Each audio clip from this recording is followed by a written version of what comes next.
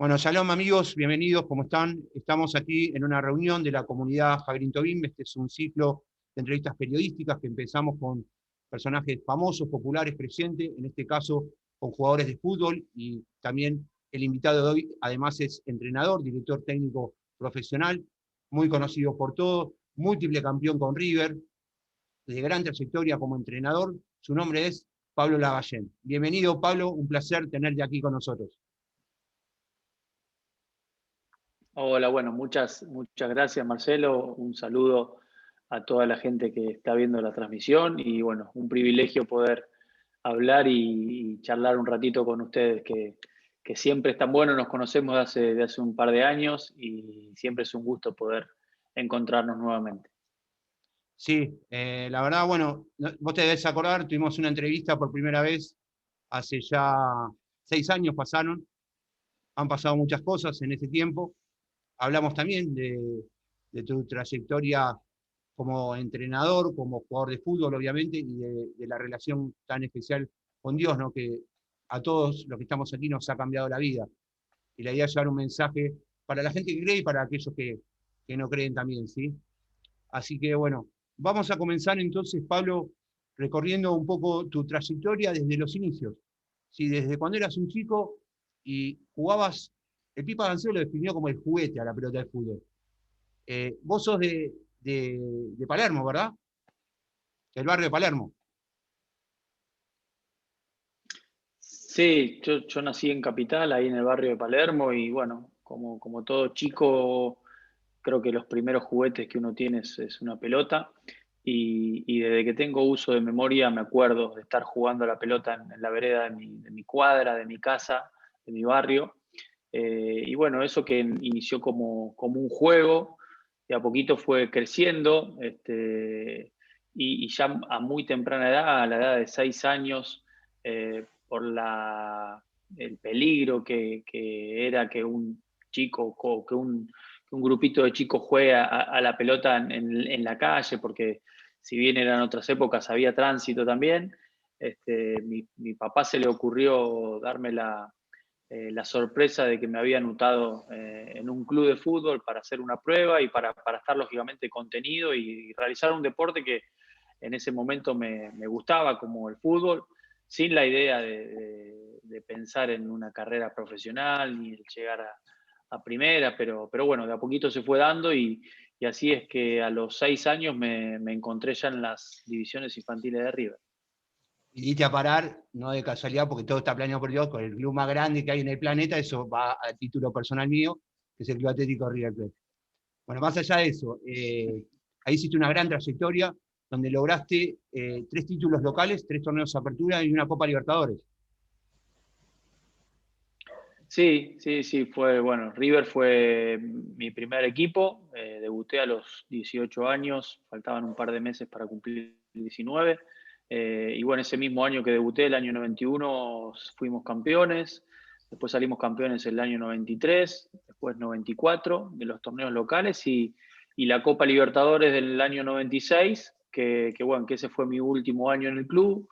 Al terminar la Copa, después yo me voy a jugar al Atlas de México y sigo mi carrera en ese país, pero bueno, la etapa de River fue muy linda, la única etapa en la cual me pude consagrar campeón o nos pudimos consagrar campeones, con grandes compañeros como Ortega, Francescoli, Crespo, Almeida, Gallardo, bueno, un montón de grandes figuras y bueno, esa linda sensación de poder cumplir un poco el sueño de llegar a primera, de jugar al fútbol, de hacer goles, de levantar copas.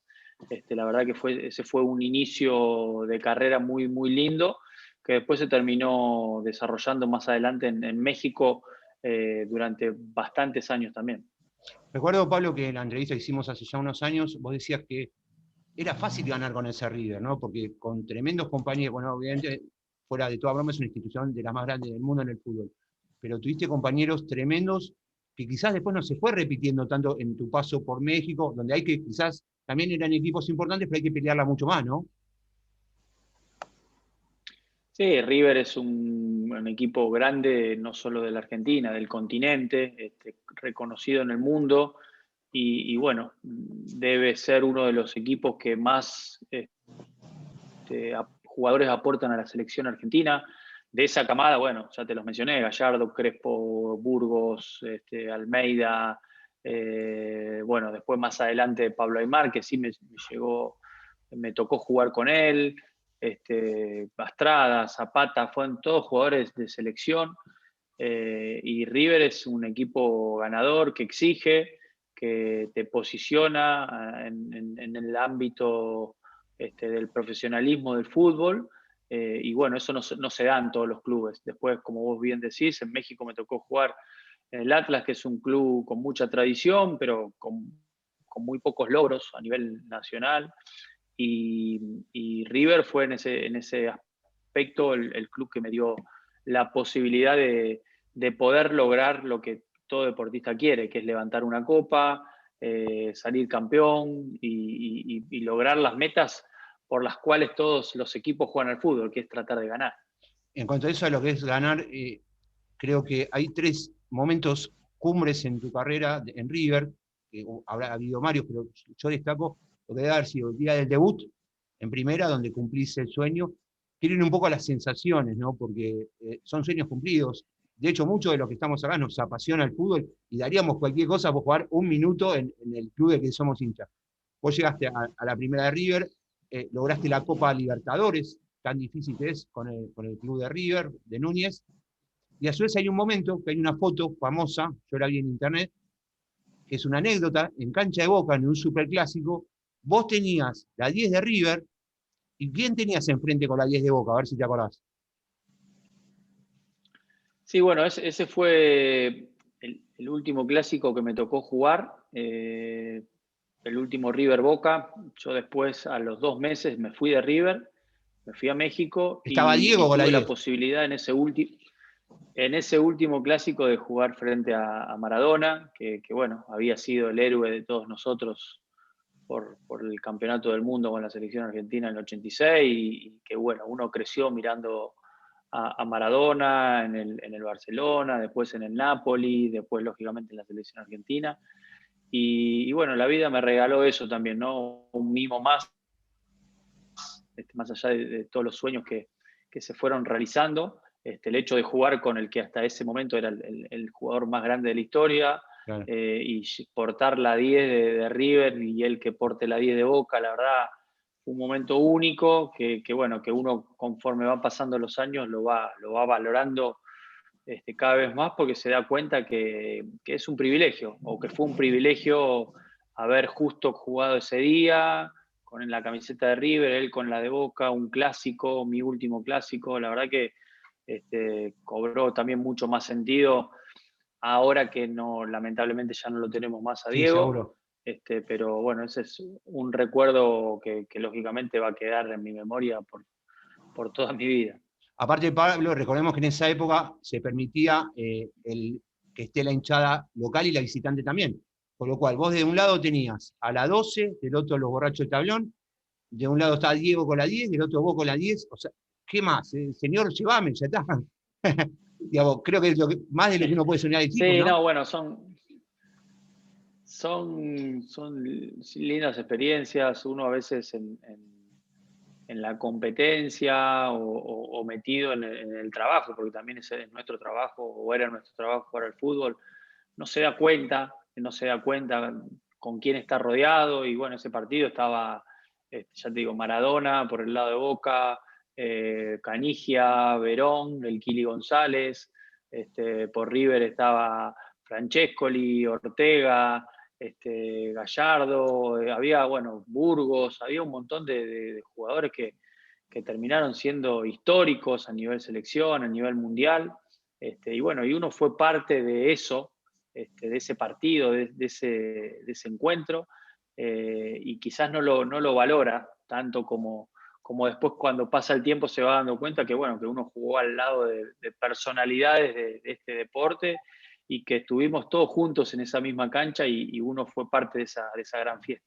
Se dimensiona más con el tiempo, ¿no? Que cuando lo estás viviendo, digo, Sí, sí, siempre. Yo creo que las cosas importantes de la vida a veces las pasamos demasiado rápido no alcanzamos a procesar los buenos momentos y disfrutarlos, ¿no? Sabiendo de que son irrepetibles. Muchas veces pensamos que es habitual jugar en un equipo como River, un superclásico, con figuras de los dos lados y uno cree que, bueno, que le va a pasar siempre. Y bueno, en mi caso fue el último y fue un evento único porque fue el único partido en mi carrera que me tocó enfrentar a Diego.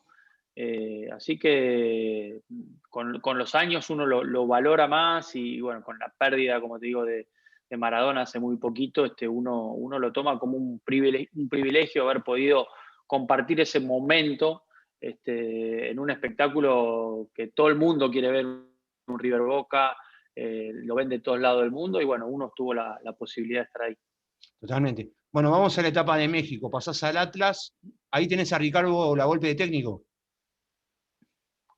Sí, yo llego a México en el año 96, Ricardo llega al otro año, a mediados del 97, y dirige al Atlas de Guadalajara durante 4 temporadas, 4 años, en las cuales se armó un gran equipo, no porque el equipo era muy poderoso en lo económico, sino porque tenía muchos chicos que eran la base de las selecciones juveniles, sub-17, sub-20, y bueno, Lavolpe aprovechó toda esa camada de buenos futbolistas y hizo un equipo muy fuerte, del cual, bueno, todavía después de más de 20 años se sigue acordando la gente. Nosotros nos tocó jugar una final que el equipo del Atlas no jugaba desde el año 51, que fue la única vez que salió campeón, 1951 estoy ¿Cómo hablando, era el apodo que le decían a ese y equipo, después Pablo? de casi 50 años, Los los niños, rojinegros del Atlas o los zorros, sí, los niños héroes, los bueno, niños héroes. le pusieron los niños héroes. Sí, los niños héroes es una historia que tiene que ver con la independencia de México. Cuenta la historia que en una época, en una batalla de todo ese proceso de la independencia del pueblo mexicano, ellos les toca perder una batalla y tenían que rendir su bandera a los vencedores y dicen que como habían matado a gran cantidad de personas, los únicos que quedaron fueron unos niños que siguieron luchando hasta el final y ya cuando no pudieron más tuvieron que rendirse, pero en vez de entregar su bandera en símbolo de rendición, optaron por saltar de un acantilado, llevándose su bandera para que no la tenga el adversario, ¿no? Y bueno, ahí viene la famosa leyenda de los niños héroes. Y bueno, nosotros fuimos bautizados con ese apodo porque, bueno, era una generación de chicos de 20, 21, 19 que llegaron hasta una final soñada que el Club Atlas no tenía desde casi 50 años atrás. Claro, hicieron una campaña épica, por eso el apodo, ¿no? Ahora, Ricardo es un Sí, técnico, sí, y no Lavolpe, solo, esa sí. fue buena. Ricardo Lavolpe te decía, es un técnico que te marcó mucho en lo que fue después tu carrera como técnico, ¿no? Como entrenador. Sí, porque bueno, fue el técnico que me hizo ver cosas o comprender cosas del fútbol que hasta ese entonces no las había percibido. Me enseñó formas y maneras de enseñar a todos los jugadores o de entender, de comprender el fútbol. Y sin duda, a pesar de haber tenido muchos y grandes técnicos, caso Daniel Pasarela, que fue quien me vio debutar, o Alejandro Sabela, que también lo tuvo en River en reserva, Gallego, el Tolo Gallego, Ramón Díaz, Babington, Brindisi, bueno, todos técnicos con muchos títulos y mucho renombre. Lavolpe fue sin dudas el que más me impactó y el que terminó haciendo que mi gusto por ser entrenador el día que dejara la profesión de futbolista se pudiese hacer realidad, ¿no? Basado en muchos de los conceptos que aprendí con él. Bien, después recorres algún otro equipo de México, hay una vuelta a la Argentina, pero hay un momento donde, estando en México, vos tenés una experiencia que te hace acercarte al Señor, ¿sí? Eso fue en Potosí. Sí, sí, fue una experiencia en San Luis, en el equipo Ok. San Luis, que está en la región de ahí de San Luis Potosí, que es muy cerquita del Estado de México.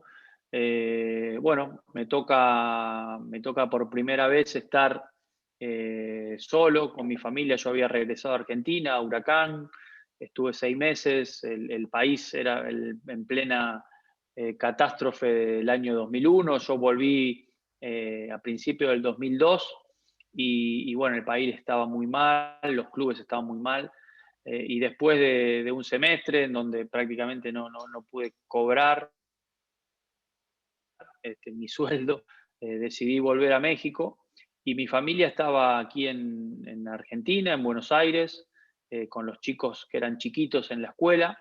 Así que yo me fui a México y le dije a mi señora que si hacía contrato en algún club, ella sí iba a venir, pero bueno, fue un proceso en el cual por primera vez, después de 5 o 6 años de casado, 7 años de casado, me encontré solo, sin mi familia, sin el apoyo de mi esposa, sin mis hijos.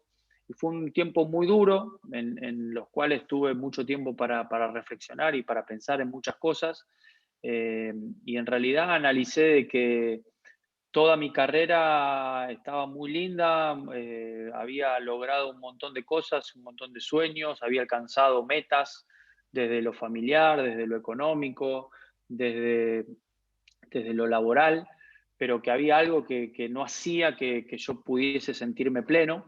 Y esa sensación que no sabía por qué era ni de dónde venía, me empezó a llevar a una depresión que se empezó lógicamente a poner cada vez más complicada porque no entendía por qué me sentía así, si creía yo que tenía o había alcanzado todo lo que me había propuesto y todavía tenía mucho tiempo para seguir disfrutando del fútbol, pero bueno, no lo estaba disfrutando y esa sensación y ese pensamiento y ese vacío empezó a deprimirme cada vez más hasta que llegó un momento en que empecé a tener ataques de pánico, a dormir encerrado, a dormir con las luces prendidas, a no poder estar en un ambiente que no tenga luz, o sea, no podía estar en la oscuridad. Tenía que cerrar todo con llave, la puerta de mi departamento, la puerta de mi habitación, dejar las luces prendidas, las ventanas todas cerradas. O sea, fue un momento muy, muy complicado, que lógicamente, bueno, todo ese momento estuvo preparado por Dios y en algún momento, en un momento muy específico, tuve un encuentro con Dios, con aquel que podía sacarme de ese lugar, el único que me podía sacar. Pero bueno, fue un proceso duro de 4 o 5 meses que gracias a Dios me convirtió en lo que soy hoy, una persona creyente, una persona aferrada a la voluntad de Dios, una persona que tiene una relación a través de Jesús con el Padre, y que me ha cambiado mi forma de ser, mi forma de vivir mi trabajo, mi familia, de vivir mis objetivos, mis metas. Así que ese proceso tan difícil que me tocó vivir fue precisamente para que Dios se manifieste en determinado momento en mi vida y yo poder reconocer de que no podía solo, más allá de que las cosas me iban bien o que las cosas había alcanzado cierta popularidad o ciertos lugares de privilegio en mi vida laboral o personal. Había algo que no estaba bien dentro mío y bueno, es ahí donde apareció Dios, donde invité a Jesús a ser parte de mi vida y ahí realmente hubo algo milagroso, algo que fue instantáneo, que eso lo que a mí me termina de cambiar fue una oración contestada de manera instantánea por Dios, que sacó mi amargura, sacó mi tristeza, sacó mi depresión, sacó mis ataques de pánico, y fue de un día para otro, y en una experiencia en donde yo te puedo asegurar que sentí que Dios estaba en esa misma habitación donde yo le pedí que esté, ¿no? Así que eso fue uno de los momentos más duros de mi carrera profesional y como persona, pero sin duda fue el momento bisagra que cambió mi vida para siempre.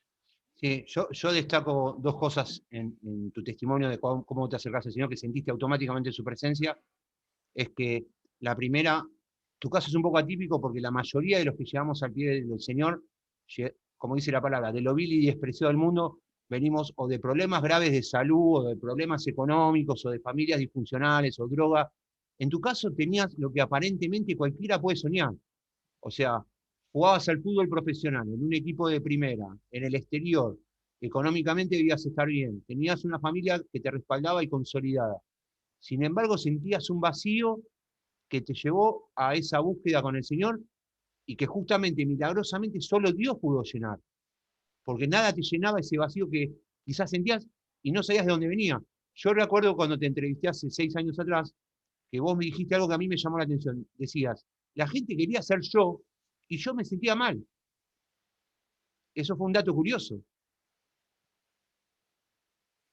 Sí, sí, es así porque, bueno, muchas veces la gente ve en las personas públicas, y te hablo de deportistas o de artistas o de músicos, de personas un político, la gente admira o sueña con tener la vida de alguna persona este, que sea pública, y la verdad yo tenía esa vida y no lo disfrutaba, ¿no? Y muchas veces aparentaba, cuando las luces estaban prendidas, como dice Claro. la frase, que todo estaba bien, y La cuando imagen las hacia luces del afuera. escenario se apagaban, sentía tristeza, sentía vacío, y eso la verdad eh, llegó un momento en el cual no lo pude ocultar más. Estaba viviendo la vida que quizás todo el mundo quería, y yo decía que la verdad no era feliz, o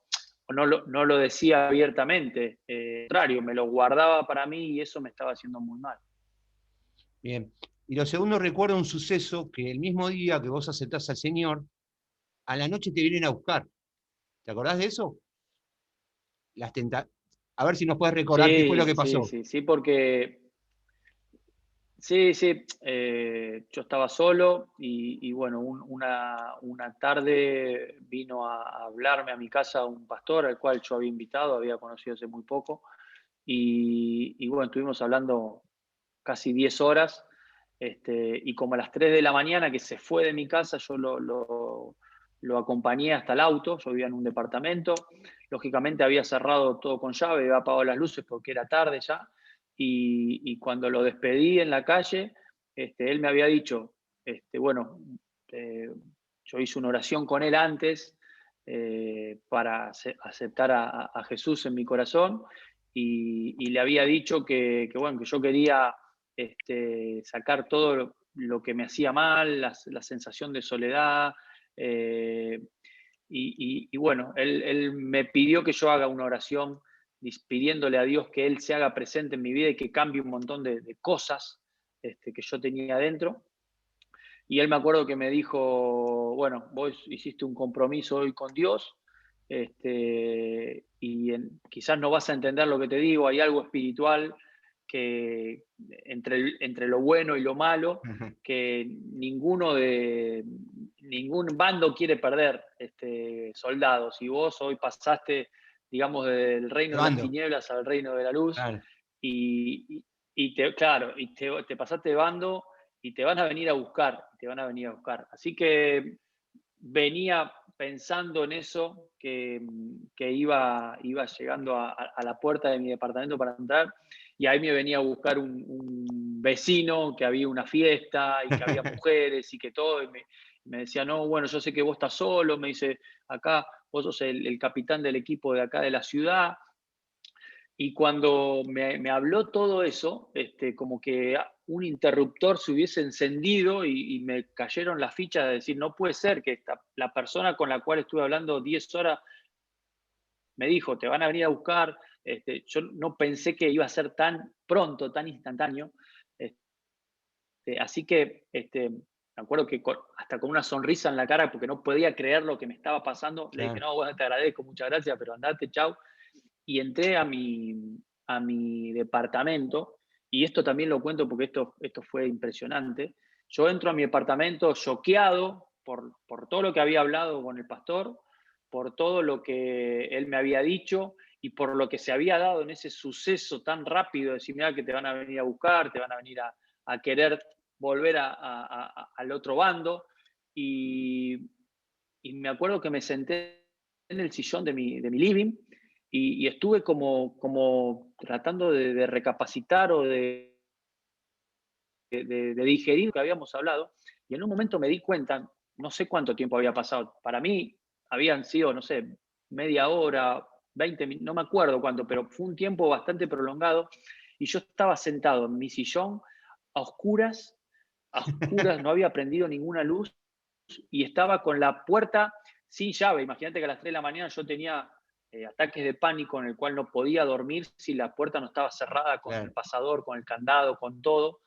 Y cuando yo como que vuelvo en sí, que digo, estoy sin llave y a oscuras, sentí como que había alguien en esa habitación, a oscuras. Y, y contra todos los pronósticos que uno puede sentir cuando está en un lugar oscuras y abierto, yo sentí que había alguien en ese lugar y al contrario de la reacción natural que tiene una persona de ir, prender la luz y fijarse, verificar, yo sentí que la persona que me estaba observando en esa habitación y que estaba ahí en medio de la oscuridad era buena, era alguien bueno. Y entendí que era Dios y ese momento se prolongó por media hora más y en ningún momento yo atiné a pararme del sillón, a querer prender la luz, hasta que pasó no sé cuánto tiempo, la verdad, porque como estaba a oscuras, pero empecé a sentir alegría, empecé a sentir paz. Sabía que había alguien a 2 metros que me estaba mirando y yo no lo podía ver porque estaba a oscuras y en ningún momento quise prender la luz porque yo sabía que en el momento que yo prendiera la luz esa sensación se iba a desvanecer. Entonces preferí estar en la oscuridad con esa presencia que lógicamente entendí que era Dios, porque ni la paz que yo sentía, ni la tranquilidad, no sentía temor, no sentía ansiedad, no sentía miedo.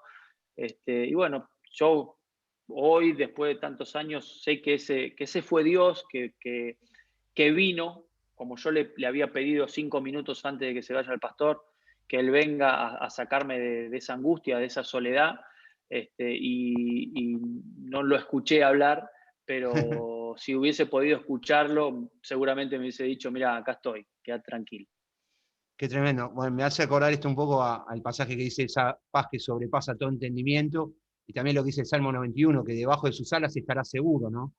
Pudiste sentir realmente la presencia de Dios cubriéndote y Así es. guardándote y cuidándote, y dándote gozo y paz. Y lo más lindo que eras nuevito en Sí. el Señor. Bueno, yo te comenté, Pablo, esto como comunidad judío-mesiánica, nosotros Eh, somos Yeshua, que es el nombre hebreo, pero se entiende cuando vos decís Jesús, porque Pablo decía, con el judío soy judío, con el gentil soy gentil. Simplemente lo aclaro porque los hermanos y amigos de la comunidad están acostumbrados a que lo nombremos de esa manera. Sentite en libertad de estar cómodo como Sin duda. vos mejor te quede.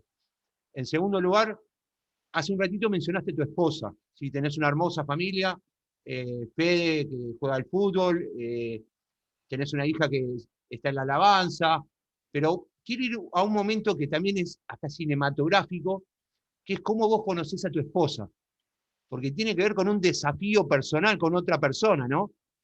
¿Cómo fue esa anécdota?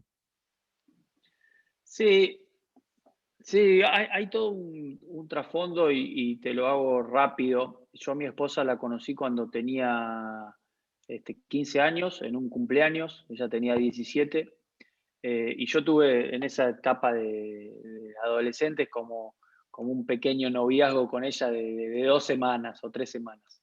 Durante esas 3 semanas yo tuve muchos muchas peleas con mi mamá, que se oponía rotundamente a que yo tenga de novia a una chica que me llevaba 2 años, ¿no? Y nunca entendí por qué, hasta que un día mi mamá me contó una historia que tuvo en su familia, que el hermano más chico de ella salía con una chica, y esta chica, que era la novia, salía también con otro hermano de mi mamá, un poco más grande, ¿no? Entonces, cuando el hermano más chico se entera de que esta chica que le llevaba un par de años salía también con uno de sus hermanos, toma la decisión de quitarse la vida y se suicida, ¿no? Imagínate que eso a mi mamá la traumó mucho, y cuando mi mamá vio que yo empezaba a entablar una relación con una chica más grande que yo, se le vino todo eso a la memoria. Esto te lo cuento ¿por qué? Porque yo esos años, esas 3 semanas que duró mi noviazgo con mi actual esposa, fueron de total tensión con mi mamá, de peleas, de luchas, que fueron muy intensas y feas. ¿Y qué pasa? Mi mamá fallece al próximo año de un cáncer terminal, y a mí me quedó esa sensación de haber desperdiciado 3 semanas de mi vida por culpa de esta chica que a mí me gustaba, pero que bueno, que duró 3 semanas nada más en mi vida. O sea que llegó un momento que yo llegué a odiarla, a mi esposa, porque me había quitado un tiempo y me había dejado un sentimiento de culpa con mi mamá. Pero bueno, Dios tenía un plan. A los 18 años, 3 años después de yo conocerla, Laura, y 2 años después de que mi mamá fallezca, un día yo entrenando con la selección argentina juvenil, estábamos en el predio ahí, en las oficinas de la calle Viamonte, y pasó mi señora, Laura, con una amiga caminando, y un amigo me dijo, che, mirá esa chica, y yo le dije, mirá, yo la conozco. No, me dijo, ¿qué la vas a conocer? Digo, sí, la conozco, hace muchos años, hace mucho tiempo que no hablo, hace como 3 años que no hablo con ella. No, que te juego esto, que no la conocés, que no la saludás.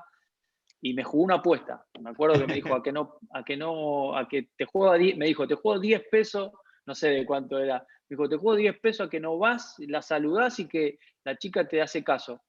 Y yo le dije, no, bueno, dale, te lo juego, pues sabía que se le iba a ganar. Así que fui, la corrí hasta la esquina, la agarré del hombro, la saludé, y bueno, ella lógicamente me conoció, estuvimos hablando. Le dije, mira, estoy acá con los chicos de la selección, ahora me estoy yendo al predio de AFA, bueno, un día te llamo. Así quedó la charla. Así que me volví al micro que íbamos a entrenar, me gané los 10 pesos, y al otro día entrenaba nuevamente en el predio de Seiza, pero tomábamos el micro ahí en Viamonte, y se largó a llover repentinamente, y se suspendió el entrenamiento. Entonces nos dijeron, bueno, vuelvan mañana porque no se va a entrenar. Y Laura trabajaba precisamente a una cuadra de Viamonte, ahí enfrente del Teatro Colón, está a una cuadra de la AFA, y yo dije, bueno, la voy a saludar. Y, o sea, imagínate que el día anterior me la había encontrado, que me había animado a saludarla por una apuesta con Claro. un Te compañero, desafiaron. claro, y al otro día dije, bueno, la voy a saludar a la oficina. Así que me caí en la oficina ese día, al día posterior al que la encontré, y bueno, me quedé un rato con ella hasta la hora de salida, y le dije, bueno, te acompaño hasta tu casa, y me dijo, bueno, dale, sí, bueno, y ese día empezamos el noviazgo, ese día empezamos el noviazgo y nunca más nos volvimos a separar. Lógicamente yo le conté toda esa situación que yo había experimentado, porque en un momento, yo después de que mi mamá fallece, no la había llamado nunca más, ella me llamaba y yo no le respondía a los llamados. Pero bueno, soy de las personas que cree que Dios tiene un plan, y que por más difíciles que sean los planes de Dios, cuando Dios los determina, son así. Esa iba a ser mi señora, esa iba a ser la madre de mis hijos.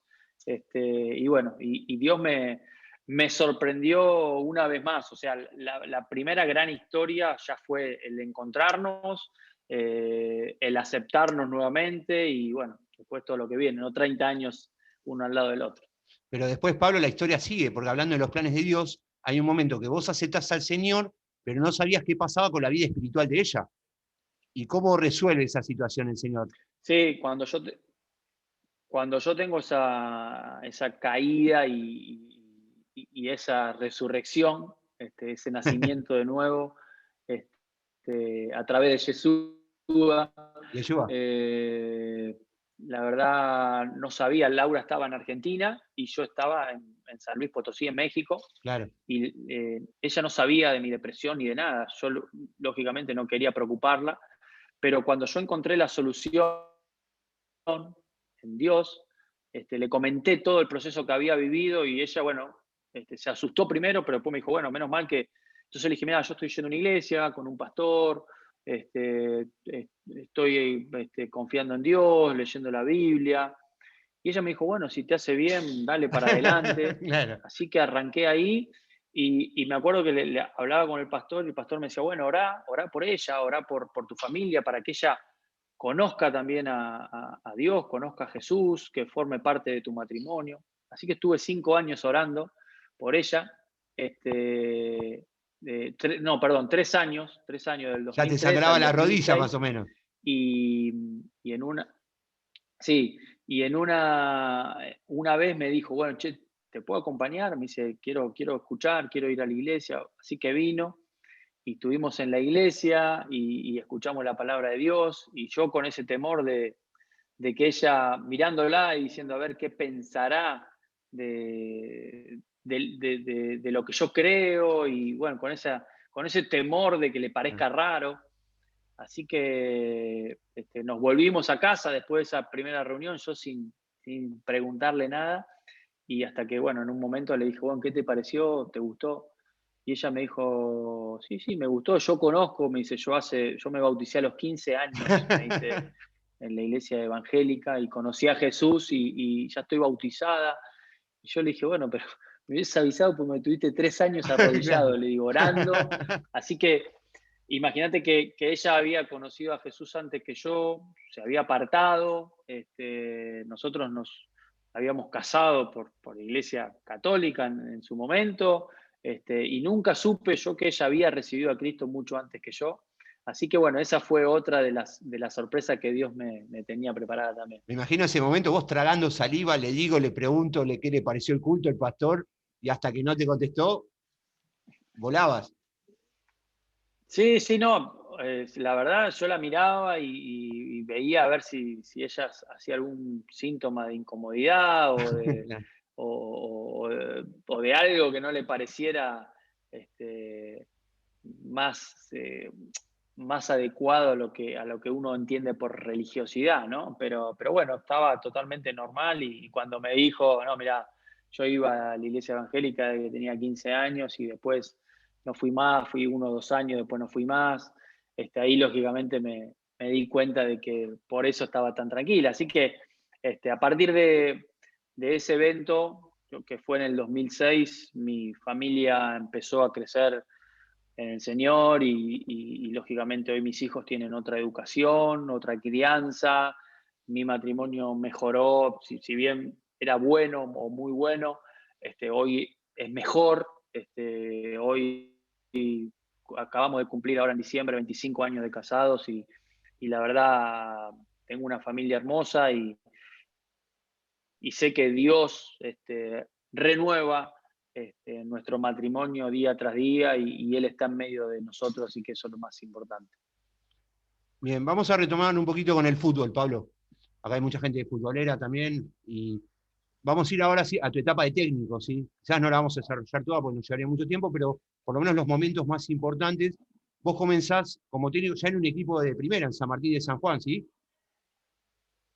Sí, sí, en San Martín de San Juan en el año 2016. En realidad empiezo como técnico de inferiores de River, dirijo 5 años las inferiores de River Sí. y después desde el 2011 a fines del 2015, en el 2016 arranco en San Martín de San Juan, que estaba en primera división. Y bueno, fue un muy buen inicio, en un equipo chico, muy humilde, y ahí fueron los inicios en primera. Bien, y después ya viene la etapa de Atlético Tucumán, donde pasa un hecho muy destacado que se conoció como la gesta de Quito, donde vos simbólicamente dirigiste a la Selección Nacional Sub-20, ¿o no fue así? Sí, sí, era la selección argentina porque jugamos con la camiseta de la selección. ¿Cómo fue esa anécdota, Pablo? Porque fue tremenda. Sí, fue bueno. Cuando llegamos a Tucumán tuvimos la posibilidad de poder jugar un repechaje para entrar a la Copa Libertadores. Teníamos que pasar 2 etapas de eliminación directa y nos tocó primero con el Nacional de Ecuador. Ya la gente de Tucumán estaba enloquecida con que el equipo juegue por primera vez un partido de carácter internacional. A pesar de no estar adentro de la Copa Libertadores, era un partido internacional por primera vez en su historia, oficial. Así que jugamos en Tucumán, empatamos 2-2 y después teníamos que ir a definir allá a Quito. Es complicado, con altura, casi 3.000 metros de altura. Y bueno, eso fue el inicio de una gesta o de una de las anécdotas más eh, tragicómicas, podría decir, porque tuvimos parados en un aeropuerto como casi 4 horas, el avión no pudo salir, no nos despacharon la ropa cuando salimos de Guayaquil a Quito, viajamos en un micro a 130 kilómetros por hora en un camino de cornisa, no teníamos ropa, no sabíamos si nos iban a dejar jugar, o sea, todo mal. Parecía una cámara sorpresa, donde al final te aparecen las cámaras y te decís, bueno, mira, esto es una broma. Pero bueno, no, era realidad. Yo no podía creer que me estaba pasando eso en mi primer competencia internacional como entrenador. Pero bueno, también Dios se manifestó y los muchachos ese día hicieron un partido excelente. Fue el 7 de febrero de 2017. ¿Ganaron el partido? Y bueno, Atlético Tucumán gana el partido de visitante 1-0 con gol de Fernando Sampedri. Y eso nos ponía en la otra fase, que después fue Junior de Barranquilla, un rival también muy importante del fútbol sudamericano. Y bueno, también lo eliminamos y pudimos entrar por primera vez a competir la Copa Libertadores. Así que esa es una de las anécdotas más lindas que tengo en mi corta carrera como entrenador. Y que creo que salió un libro, creo que le pusieron la epopeya La gesta de Quito. tucumana o algo así, pero sé que está a salir un libro. La gesta de Quito, perdón, ahí Sí, está. la gesta de Quito. Está ya está editado, y bueno, la verdad que haber sido parte de esa historia es una de las cosas más lindas que me pasó hasta el momento. Y el detalle de las camisetas es porque no tenían las camisetas de fútbol y estaba jugando el sub-20 de Argentina allá y en el hotel estaban a 3 cuadras, ¿no? Y le prestó el utilero las remeras de la selección argentina. Estaba justo, sí, el, cuando nosotros nos vamos del avión de línea, que el charter se tuvo que quedar con toda la ropa, con los jugadores, con todo, y nos subimos al micro para ir al estadio, ya en la ciudad de Quito, que teníamos como 1 hora y 20 de viaje del aeropuerto al estadio. Nos dijeron, no está la ropa, no embarcaron la ropa, no hay botines, no hay nada. No pueden jugar, salvo que pidan prestado ropa al club del Nacional, que nos habían dado unas camisetas negras. Pero bueno, alguien recordó que estaba la sub-20 jugando ahí, en esa ciudad, y justamente el hotel en donde estaba parando la selección argentina sub-20, que era la de Lautaro Martínez, todos esos chicos, estaba a 1 cuadra de la cancha. Así que hablamos con la gente de la selección y la gente de la selección, bueno, rápidamente corrió a socorrernos y nos trajo toda la utilidad del club. Bueno, fue un bochorno, una cosa de loco, un montón el vestuario lleno de gente, baúl, sacando camisetas, sacando la feria, totalmente fuera de lo común para lo que es el fútbol de alto nivel en Copa Libertadores y bueno, la verdad, gracias a Dios salió muy bien. Es una anécdota tremenda. Después sigue tu carrera como entrenador en Belgrano de Córdoba y ahora vamos a ir a Colón, que yo creo que vos lográs realmente una hazaña con el equipo, que es clasificar por primera vez un equipo como Colón de Santa Fe, que obviamente no es de los grandes, sí es obviamente muy conocido en la provincia de Santa Fe, y respetado, pero no es de las instituciones grandes, llegar a la final de una Copa Continental, como la Copa Sudamericana. Eso es un logro, me hace acordar cuando la palabra dice, en Dios haremos proezas, ¿no? ¿Cómo recordás ese momento? Sí, sí, sí, eso también, no, con mucho cariño. Lógicamente la dificultad para, como vos bien decís, para un equipo como Colón, lo que implica jugar a nivel internacional, competir eh, en 3 torneos, que nos tocó jugar Copa Argentina también, el torneo local, la Copa Sudamericana, y llegar por primera vez en 114 años a una final era algo que no había nadie logrado en el club. Y bueno, para nosotros fue una experiencia única. Lógicamente nos costó trabajo, no fue fácil, tuvimos que revertir series, en algunos tuvimos que patear penales y pasamos por penales, en otras siempre con algún tipo de dificultad, rozando lo épico.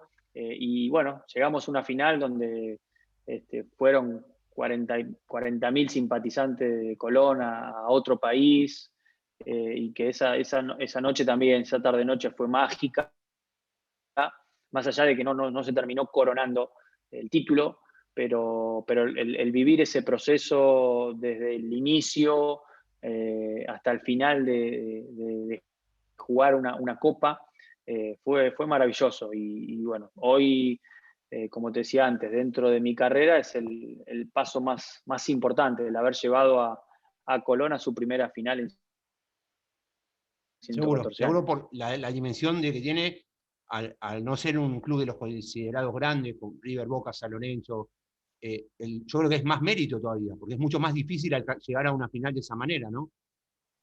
Eh, lo que te iba a preguntar, ahora sí, vinculando un poco la parte Sí, espiritual. sí, Ah, lógicamente que te decía, perdón. Decime, Pablo, llega un poquito tarde el audio.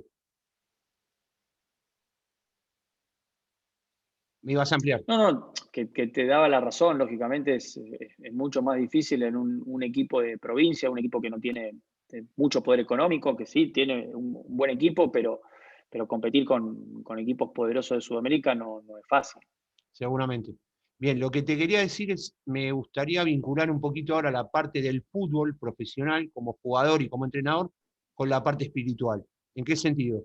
El jugador está expuesto a tentaciones que el común de la gente quizás no tiene otro tipo de tentaciones. Llámese fama, poder, mujeres, droga, lo tiene todo muy a mano, ¿sí? Sobre todo jugando en primera división. Quiero saber cómo manejaste eso siendo ya creyente en el Señor, en el fútbol de alta competencia, y desdoblando la pregunta es, como entrenador, te escuché en una entrevista que vi el otro día, que a veces la gente con mala intención, anda a leer la Biblia, y que para vos es una especie de elogio, porque te encanta leer la Biblia. Te digo, ¿cómo se maneja esas situaciones? Sí, bueno, lógicamente es un ambiente en el cual todo lo que está asociado a la fe, al creer en Dios, eh, está emparentado con un síntoma de debilidad, ¿no? Y yo digo que, bueno, que al contrario de todo eso, el tener una fe fuerte y saber de que más allá de que nosotros tenemos que hacer nuestro mejor esfuerzo, eh, Dios está en control de todas las cosas. eh, Nosotros lo creemos como la mayor fortaleza que tenemos los creyentes. No es fácil en un medio en donde todo es eh, ego, o donde todo es apariencia, donde todo es aparentar quién es el más fuerte o quién es el mejor, la competencia. Pero se puede. Yo creo que cuando uno se da cuenta de que en Dios realmente tiene una identidad, ahí eh, se caen los complejos, y uno, como dice la palabra, puede decir a las cosas que le tiene que decir sí, sí, convencido, y a las cosas que le tiene que decir no, convencido también de no. Eso en el aspecto de futbolista. A mí me agarró los últimos 5 años de mi carrera como futbolista, ya era grande, y lógicamente por ahí a los chicos más chicos que son creyentes, sí les cuesta más poder manejar todo ese tipo de situaciones. Yo ya tenía 30 años cuando me convertí, o 31, y bueno, esa situación la pude manejar con un poco más de experiencia, ¿no? Y a nivel entrenador, agarré el liderazgo de Jesús, para capacitar a los que tuvo al lado, para dar la vida por los que tuvo al lado, para servir a los que tuvo al lado.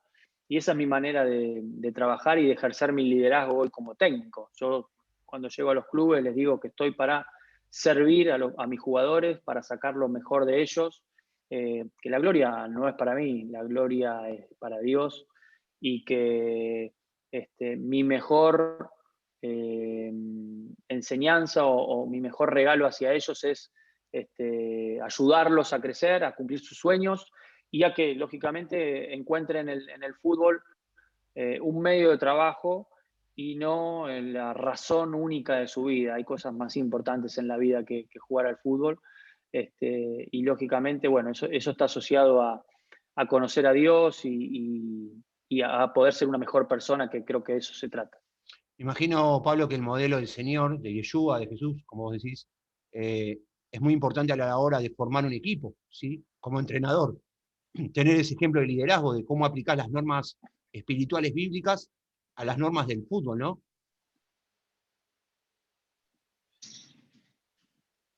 Sí, sí, porque ya te digo, es un medio muy competitivo, sucio por momentos, donde hay mucha mentira. Y bueno, la Biblia dice que nosotros tenemos que ser luz, eh, y también dice que la verdad nos hará libre. Así que intento llevar ese mensaje de ser luz, de ser funcional a mis jugadores, de servirlos, de dejarles no solamente unas vivencias o unas enseñanzas que tengan que ver con lo deportivo, sino con enseñanzas que tengan que ver con lo personal, con lo espiritual, intentando ser un poco esa luz de la que habla la Biblia, y enfrentando un medio, ya te digo, de tanta falsedad y de tanta mentira con la verdad, aunque a veces la verdad sea cruda.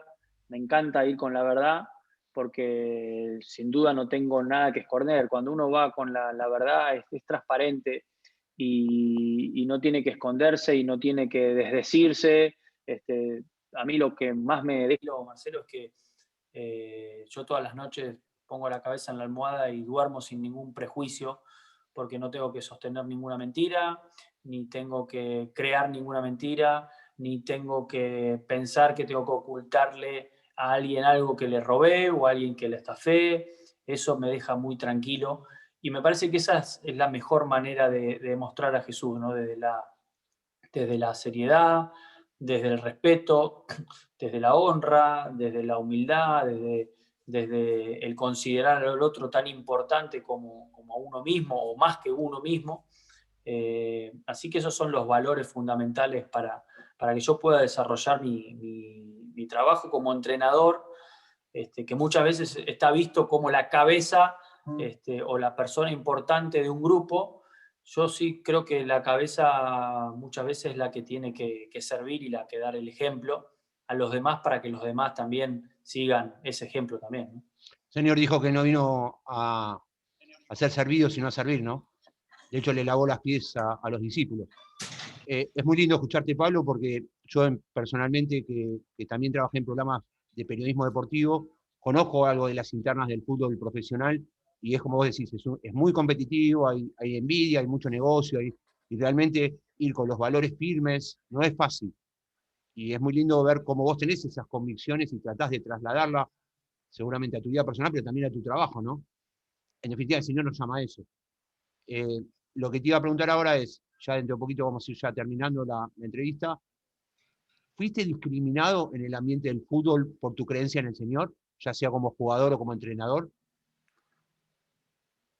Sí, sí, sí, lógicamente que siempre hay inconvenientes, imagínate que cuando la Biblia habla de que nos podamos sentir orgullosos o gozosos cuando seamos perseguidos o cuando alguien hable mentiras de nosotros o cuando nos insulten. Bueno, eso te pasa. En muchas entrevistas me han preguntado sobre mi fe y lógicamente al principio me incomodaba, pero ahora, lógicamente, lo que saco rápidamente a relucir es como subir la apuesta, ¿no? Yo cuando alguien me pregunta por qué pones cosas en tus redes sociales de la Biblia o de Dios, yo les returco diciendo que, bueno, que eso es algo personal mío y que si eso va a afectar al club, que me lo digan, pero yo sé que tanto yo como las personas que trabajan conmigo, y de eso doy fe y pongo las manos en el fuego, que no vamos a estar involucrados en ningún tipo de corrupción, en ningún tipo de, de indisciplina que va a perjudicar al club, ¿no? Entonces, desde ese punto les hago ver que el hecho de ser o de querer ser transparente, de querer ser verdadero, de querer ser leal y de querer ser respetuoso y honrado, es un beneficio que es para ellos. O sea, yo no voy les digo, a mí no me van a encontrar a las 3 de la mañana en un boliche, ni en un bar, ni tomado, ni alcoholizado, ni saliendo con mujeres, no, eso no lo van a, ese tipo de escándalos conmigo no los van a encontrar.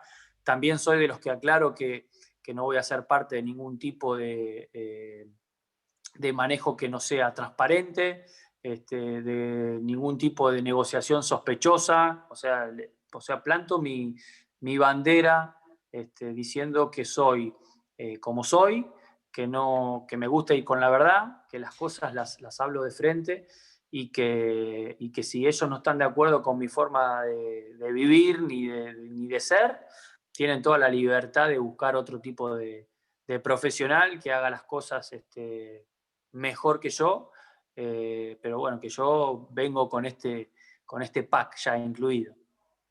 Buenísimo. Cuando hablabas me hacías acordar el pasaje que dice que somos un pueblo santo apartado para el Señor, y también el que dice el apóstol Pablo: no me avergüenzo del Evangelio porque es poder de Dios para salvación, para todo el que crea, al judío primeramente y también al griego. Es eso de declarar mi fe y defender las convicciones que tenemos en Dios, ¿no? De eso se trata. Vamos a ir terminando la entrevista, después los hermanos, los amigos acá de la comunidad te van a hacer algunas preguntas, pero ya en forma particular fuera de lo que es la grabación. Te voy a preguntar algo que te lo anticipé cuando hablamos por el celular, para que vayas pensando un poquito la respuesta, que sé que vos tenés una respuesta a esto. Es una comunidad judía mesiánica, entonces te iba a preguntar, ¿qué conocés de Yeshua como judío, del Mesías, del pueblo judío en particular, si tenés alguna opinión, y de Israel, de la tierra de Israel o del pueblo de Israel? Me interesa y nos interesa escuchar tu opinión. Sí, bueno, a nosotros nos enseñan a todos a valorar al pueblo judío, es el pueblo de nuestro Salvador, es la tierra donde Dios eligió que nazca la persona que iba a morir por nuestros pecados, o sea que nosotros oramos por Israel, oramos por el pueblo judío, oramos para que muchos puedan conocer a Yeshua y que puedan darse cuenta que Él es el enviado, el que están esperando. Algunos lo han encontrado y han podido reconocerlo. Y me encanta, me encanta.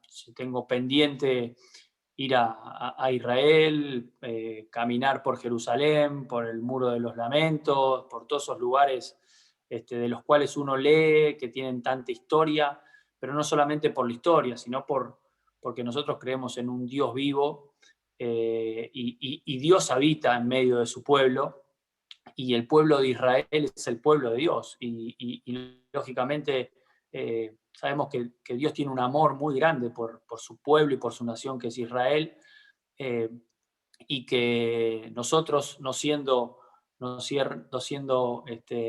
ramas originales, fuimos añadidos. Sin duda que Dios también para la rama original o para ese árbol original que es el pueblo de Israel tiene cosas muy lindas, porque fueron elegidos, y lejos de tener una mirada crítica como mucha gente que no conoce a Dios y no conoce a los judíos, nosotros amamos a Israel. Tengo amigos que son judíos, y que viven en Israel, y algunos que viven en Argentina, y tienen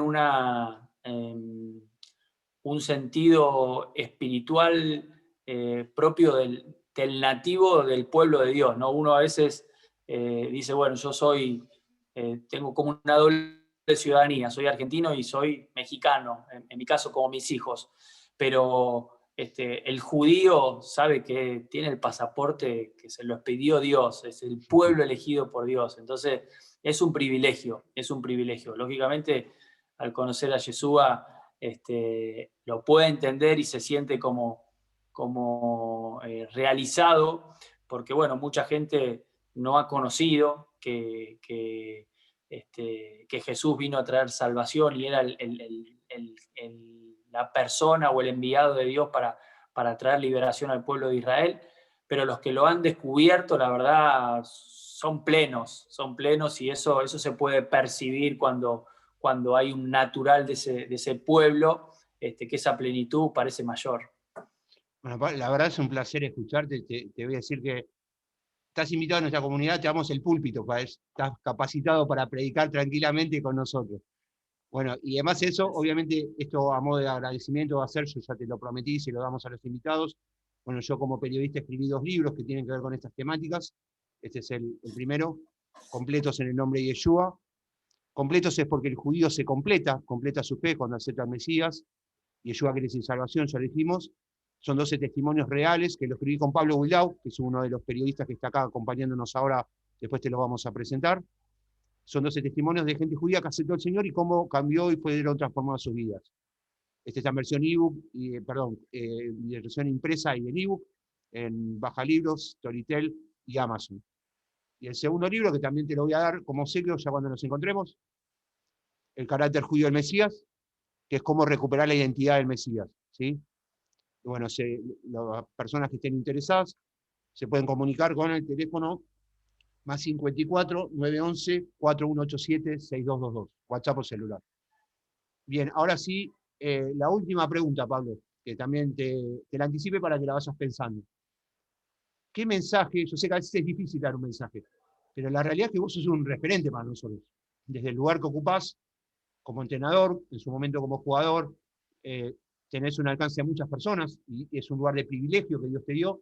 Y vos sabés muy bien, porque también estuviste en los medios, que lo que decís repercute, ¿sí? Entonces, ¿qué mensaje le darías a la gente que ya cree en el Señor y qué mensaje le darías a aquellos que todavía no creen en el Señor? A los que creen, les diría que Dios nos ha llamado a hacer luz, como te dije hace un ratito, y que necesitamos ser ministros de su palabra, de su mensaje, y que intentemos cada día, que tengamos la oportunidad de levantarnos y la bendición de poder vivir un día más, de ser excelentes. Ser excelente significa hacerlo mejor con lo que tengo a mano, y no se necesita tener algo material para hacer un bien, ¿no? Se necesita tener deseos de escuchar a las personas, de ayudar, de dar consejos, de dar una palabra, de dar esperanza.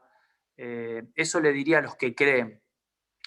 A los que no creen en Yeshua, o nos creen en Dios, o son ateos, o son agnósticos, les diría que recapaciten como yo procesé toda mi información cuando entré en esa depresión y en ese vacío. Yo fui siempre una persona muy analítica y yo pensaba que tanta perfección en la creación, no solamente en el planeta que habitamos, en los paisajes, en las montañas, en todas las cosas, en la naturaleza, sino tanta perfección en la creación del ser humano, todo desperdiciado a la hora de nuestra muerte para ser enterrado y que, como dice el pasaje de que somos como la flor del campo, que el sol la seca y ya el día de mañana no está.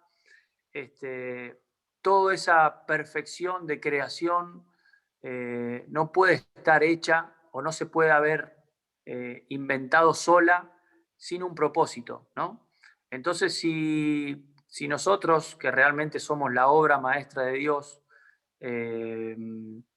estamos hechos para algo más grande que vivir esta vida, seguramente es para conocerlo a Él. Y me parece que las personas que no creen en Dios, que la única forma que se van a dar cuenta de esto que estoy hablando es el día que les toque partir de esta tierra y quizás encontrarse en esa situación de estar delante de la presencia de Dios, con la oportunidad de haber vivido una vida de 80, 90, 100 años, pero no acceder a ese regalo que tenemos que se llama eternidad, que solamente en Dios la podemos tener, porque Él es eterno y porque Él nos creó precisamente con esa intención, de que nosotros al reconocerlo y al poder mostrarlo y adorarlo y compartirlo con las personas, podamos acceder a ese regalo que es la vida eterna. Es una cuestión de fe, es cuestión de creer que no somos nosotros dueños de nuestra propia vida ni de nuestro propio destino. Yo creo que esto que estamos viviendo hoy como sociedad mundialmente, que es la pandemia, nos ha revelado que no tenemos el control de nada, porque los planes que todos habíamos hecho para el año pasado, muchos no se han podido realizar, porque algo invisible que no se ve, no se puede tocar, nos ha matado muchas personas y muchos seres queridos, y a Dios tampoco lo podemos ver, ni lo podemos tocar, pero eso que no podemos ver ni podemos tocar nos puede salvar y nos puede dar vida eterna. Entonces es una cuestión de dar un salto de fe y no creer que somos lo demasiado inteligentes para no creer que hay una existencia mayor a la nuestra, que es precisamente Dios. Así que el consejo para el que no cree es darle una oportunidad. Como lo hice yo, como yo no creía en Dios, en realidad me daba cuenta que estaba afiliado como una religión, en realidad hacía lo que a mí me parecía, hasta que empecé a reconocer a Dios en mi vida y a tratar de caminar como Él me dice que camine. Y cuando empezás a caminar como Él te dice que camine, te das cuenta que Él existe, ¿no? Y eso es lo que, como te dije al principio, realmente te hace libre. La verdad de Dios realmente te hace libre. Amén, así es, Pablo. Bueno, primero, me parece que lo perdimos. Ahí estás. Ahí está. Primero, bueno, agradecerte obviamente por esta entrevista, por el tiempo. Quiero contar algo que pasó el otro día cuando hablé con Pablo por celular. Obviamente le dije, esto es una comunidad mesiánica, él ya había estado en la anterior, que yo iba anteriormente, y algunas personas que sabían acá también. Y dije, bueno, hablamos de Yeshua, ¿viste?